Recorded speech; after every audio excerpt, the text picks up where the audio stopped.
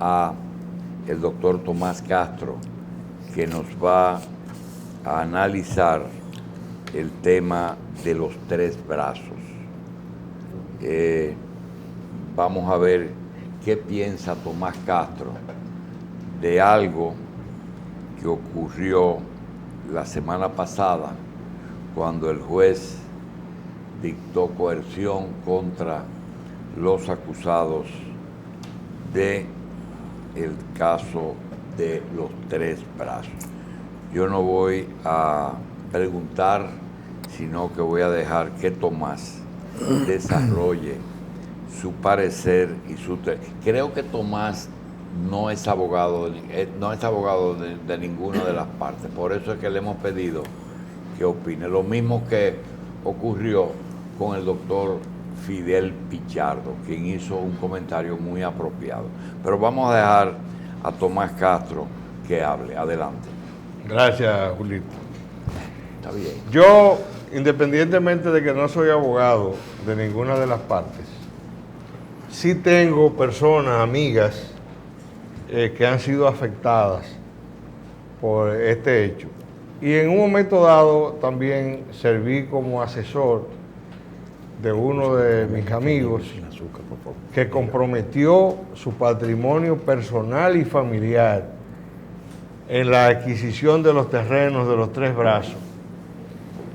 Y han invertido más de 100 millones de pesos y no han logrado sacar ni siquiera el 10% de esa suma.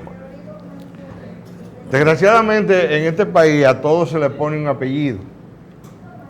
Y comenzó la prensa nacional inmediatamente a decir la compra irregular e ilegal de los terrenos de los tres brazos. Yo tengo el expediente completito de esas transacciones y puedo decirle a continuación que para hacer la venta de los terrenos de los tres brazos tuvo que hacerse el andamiaje jurídico para poder hacerlo. En primer lugar, todas las propiedades de Corde que fueron traspasadas al sector privado, incluyendo 34 empresas de Corde, todas se hicieron al influjo de la ley de capitalizaciones de las empresas del Estado y que la CRED era el instrumento jurídico y la institución que se encargó de hacer esas ventas llamadas capitalización. Debo decir que si la venta de los terrenos de los tres brazos es una venta ilegal, entonces fue ilegal la venta de todas las empresas de Corde hecha al influjo de la capitalización de las empresas del Estado. Aquí yo tengo el acta de la sección ordinaria celebrada por la Junta de Directores de la Corporación Dominicana de Empresas Estatales Corde, el día 2 de junio del año 2010, donde se aprobó la venta de esos terrenos. Y para que el pueblo entienda lo que voy a decir, voy a mencionar por nombre todos los que constituían la Junta de Directores de la Corporación Dominicana de Empresas Estatales. En primer lugar, estaba el ingeniero Leoncio Almanzar Gio, el director general de la Corporación Dominicana de Empresas Estatales, licenciado Ramón Fadul, ministro de Industria y Comercio y presidente de la Junta de Directores. Estaba el licenciado José Augusto Izquierdo, director general del Centro de Desarrollo y Competitividad Industrial, Proindustria. Estaba el licenciado Vicente Bengoa, ministro de Hacienda, quien estaba representado en esa reunión por el licenciado Julio Aníbal Fernández. El licenciado Jorge Abo, representante del sector privado, y el licenciado Ervin José Cruz Crespo, quien era el consultor jurídico de Corde, pero que a su vez en esa junta solamente hacía la labor de secretario, o sea que lo que hacía era que levantaba las actas de las posiciones de las partes, pero no tenía ni voz ni voto. Y resulta que de la gente acusada, sometida a la justicia y hecho preso, estaba Irving Cruz. Entonces, la pregunta que yo me hago, ¿por qué? esta maldad. ¿Por qué un asunto de esa naturaleza? Si esos terrenos de Corde, yo le voy a decir lo siguiente. A esa gente de los Tres Brazos le estaban haciendo un favor. Un favor. Porque no es lo mismo tú tener una casa en un terreno del Estado que tenerle un terreno que te van a dar un título de propiedad.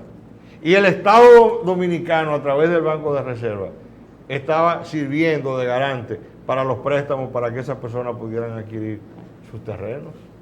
Y esa gente que compraban esos terrenos se iban a encontrar con un problema, y era que más del 30% o el 40% de los que tienen propiedades ahí no iban a poder comprar porque son personas de escasos recursos económicos. Es decir, que la inversión hecha por ellos,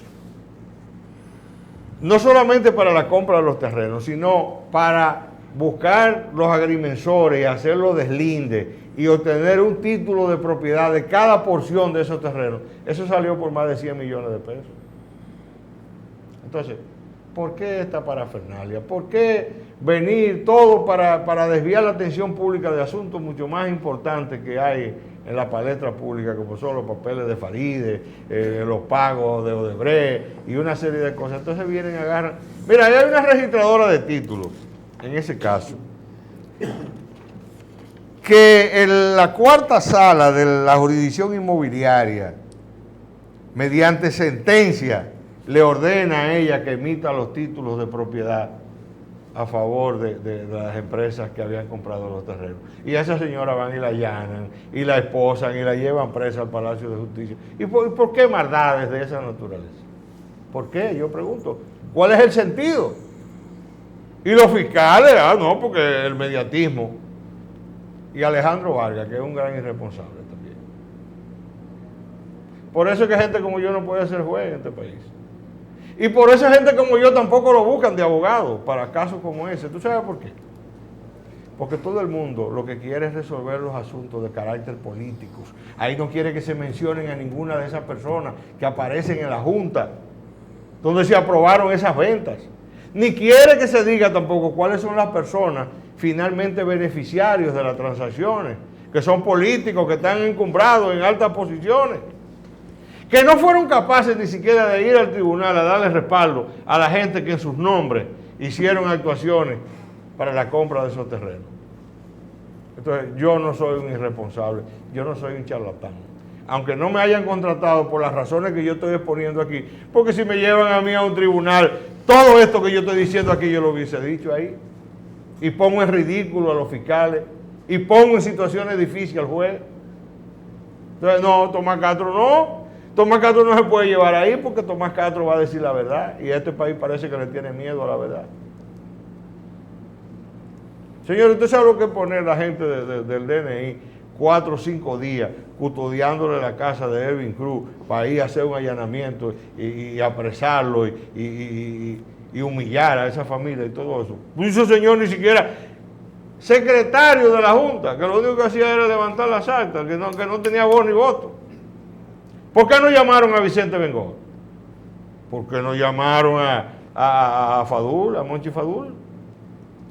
¿Por qué no llamaron a la gente que dirigía la CRE?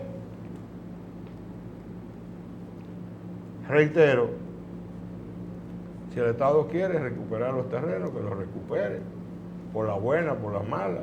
Si quiere repartírselo a la gente de los Tres Brazos, que se lo reparta. En definitiva, va a tener que reembolsarle a esta gente su cuarto, porque ellos no pueden perder su dinero así, haciendo una transacción con el Estado. El Estado no vendió todos los ingenios. El Estado no vendió todas las generadoras eléctricas. El Estado no vendió las hidroeléctricas de casualidad. Tomás, yo creo que tú has aclarado en el caso de los Tres Brazos algo, pero escuchándote, recuerdo que le consulté a unos abogados cómo un ciudadano, una persona que directa o indirectamente fue perjudicado por una acción de un funcionario en el pasado, o la mayoría de los casos porque llevaron a cabo lo que se conoce en contabilidad como ceguera voluntaria, es decir, que se hicieron Los Sí. locos. Y yo le preguntaba a esos abogados si es posible que yo, que no soy Ministerio Público y que aparentemente no soy perjudicado, nos convirtamos en un querellante, que movamos, yo puedo mover la fuerza o la justicia para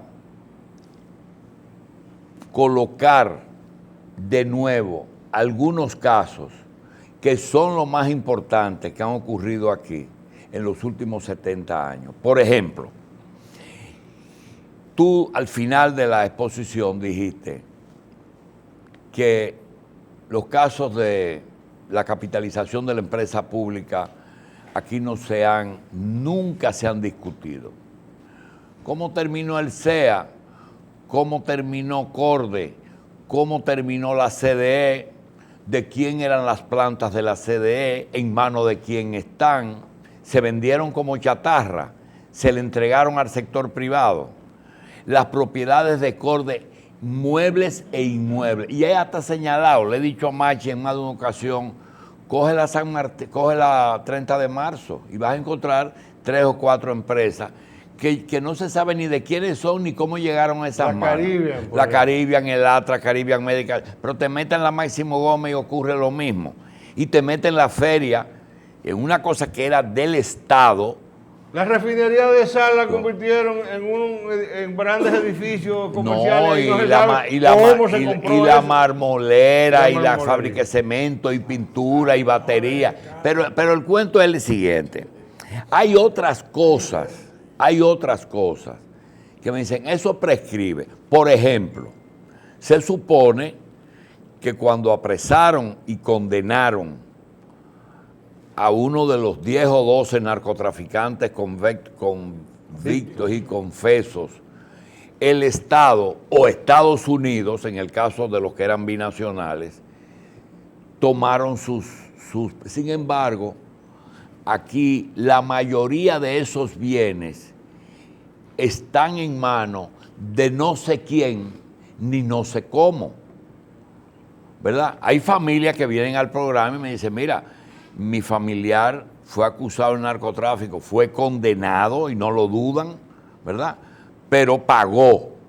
Sin embargo, digo yo, bueno, sus bienes los tiene la Procuraduría. Y dice, no lo tiene la Procuraduría. Las autoridades de aquella época se quedaron con casa, con solares, con dinero, bancos se quedaron con cuentas. Entonces, hay casos peores. Yo te pregunto, ¿podría constituir, cuando se fundó Finjus, yo tenía la esperanza de que Finjus podría ser como un ministerio público paralelo que defienda aquellas lagunas, aquellos vacíos, que por razones políticas él deja eso no importa, tiene la judicatura. Por ejemplo, ahorita viene el director del Instituto Agrario.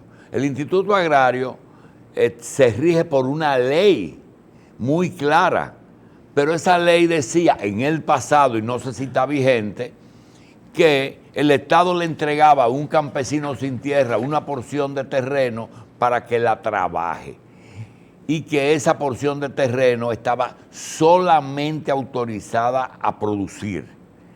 No podían venderla, no podían traspasarla, pero en el tiempo pasaron muchas cosas. El vecino le compró a ese. Con el tiempo eso se convirtió en terreno urbano, comenzó a coger valor.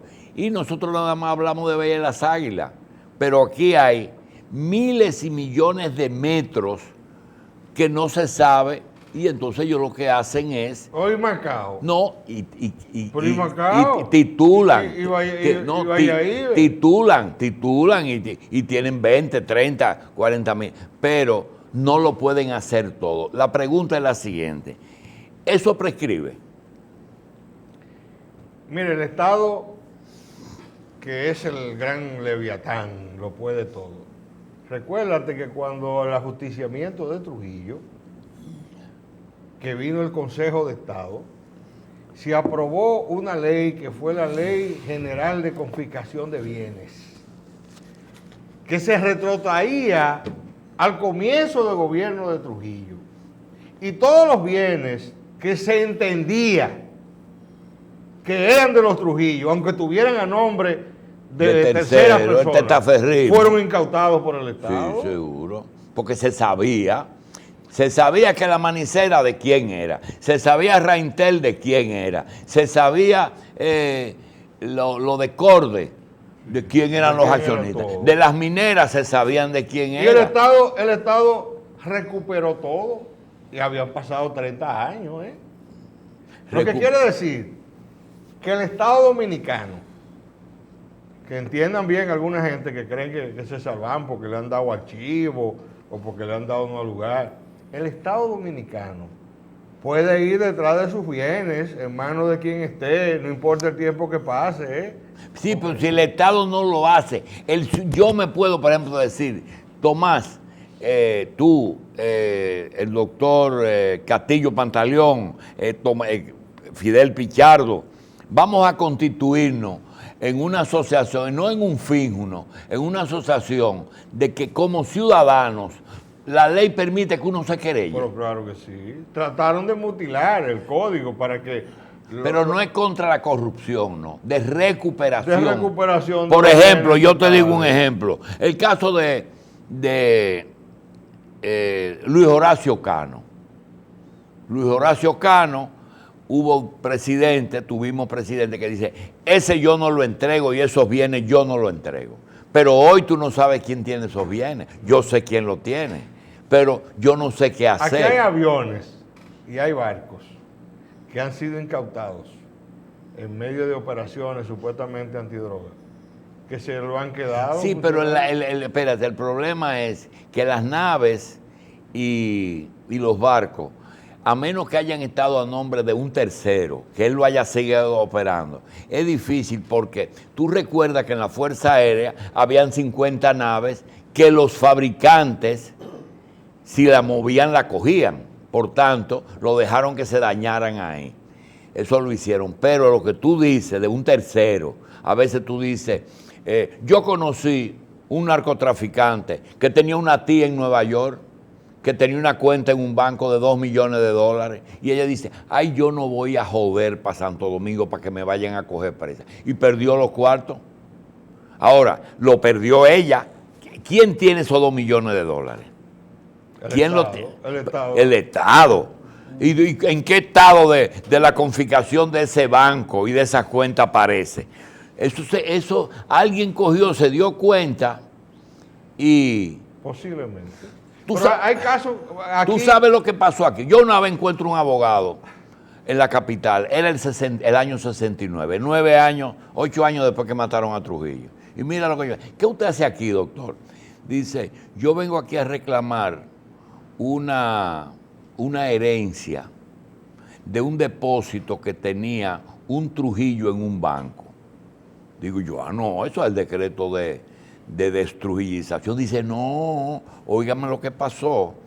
Cuando el Consejo de Estado, antes de emitir el decreto, llama al banco y le dice al banco, ponme al gerente, va a aparecer un decreto que confisca a fulano de tal, y le dio el nombre del hermano de Trujillo. Dame el balance de él antes de emitir el decreto. El tipo coge el balance, había $5 millones, y el tipo dice, señor, aquí hay $2 millones. Y dice, pero yo tenía entendido que él tenía 5. Dice, no, él realmente tenía 6, pero ayer él sacó 4 y se lo llevó. Aquí nada más hay 2. Dice, pues agarre esos 2 y no lo audé. Entonces el hombre fue el que cogió el teléfono, hizo un cheque de 4 y se cogió los $4 millones. Así de sencillo. Mira. Así de sencillo. Entonces, ese no es del Estado, los 2 sí se quedaron de... Entonces el abogado vino a reclamar. Otro me dice, ayer mismo, ayer voy al cafecito, espérate, voy al cafecito y me encuentro y me dice, ¿tú conoces a Emilio Toribio? Digo yo, Emilio Toribio es uno de los mejores funcionarios, lo conozco, somos amigos. Dice, Tú sabes que yo depuse las armas en un reclamo que tenemos un grupo de propietarios en un proyecto que está entre Román y Valladolid, a proyecto agrario, porque eso se ha desnaturalizado y nosotros dejamos de luchar. Definitivamente dejaron de luchar, pero ellos tienen derecho, más de 50 personas, pero lo abrumó el tiempo, la lucha y él deja eso para después. Entonces, aquí hay una serie de distorsiones. Todavía están los Gadala María peleando unas propiedades que dicen que ellos son los propietarios y que fueron incautados en virtud de la Ley General de Confiscación de Bienes. Pero yo te quería decir, oye, este caso más extraño de la justicia dominicana. Resulta que un 24 de diciembre, llegando a su casa, matan al coronel González y González. Yo me acuerdo. Entonces el coronel González y González había comprado 2 casas. Una en Arroyo Hondo, que no terminó de pagarla, que es donde está la oficina de bienes incautados, y la otra, un apartamento que está en una torre que fue comprada con un préstamo del Banco Popular. ¿Y eso no es el caso de Figueroa Agosto? Sí. ¿Pero qué resulta? Al coronel González lo mataron. Sí. No lo juzgaron nunca, ni podían juzgarlo, porque un muerto no se lleva. Sí. ¿Y la propiedad dónde están? Hay la propiedad incautada y los hijos que dejó, hijos menores que heredaban a su papá. Sin haber sido condenados. Sin haber sido condenados, las incautó. Pero no vaya lejos. ¿Tú sabes quién está en esa situación? Los hijos de Florian. 16 hijos dejó Florian. Y esa propiedad... No, la casa la vendieron a una persona. Mira, nada más hay una casa que es la de Hogar Crea que se sabe. Después hay 60 propiedades, 60, que están en manos de militares, que eran de la época. 60 propiedades y cuentas. Bueno, la de la tía que te conté es de él. La de la tía de Nueva York es de él. Pero acaban de vender una casa. Una casa que está donde funcionaba Interpol, donde estaban las oficinas de Interpol, en la, ¿cómo se llama? No, que Pérez. Pero podemos hacer 1000 casos. Tomás, puede crearse un comité legal que no sea para hacer fullería, porque aquí todo lo que se hace... Para evaluar todos esos bienes. No, lo que pasa es que aquí hay 3 empresas, 3 instituciones anticorrupción, que inclusive llegó el punto en que cambiaron de acusados, porque tú tienes el caso. ¿Dónde está Junior? ¿Cuál Junior? Junior, el que no está. Junior, el que boquearon ahí con... Junior Ramírez. El de sí.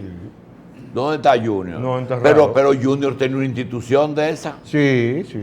Y Junior comenzó acusando a 3 funcionarios y después nada más dejó uno.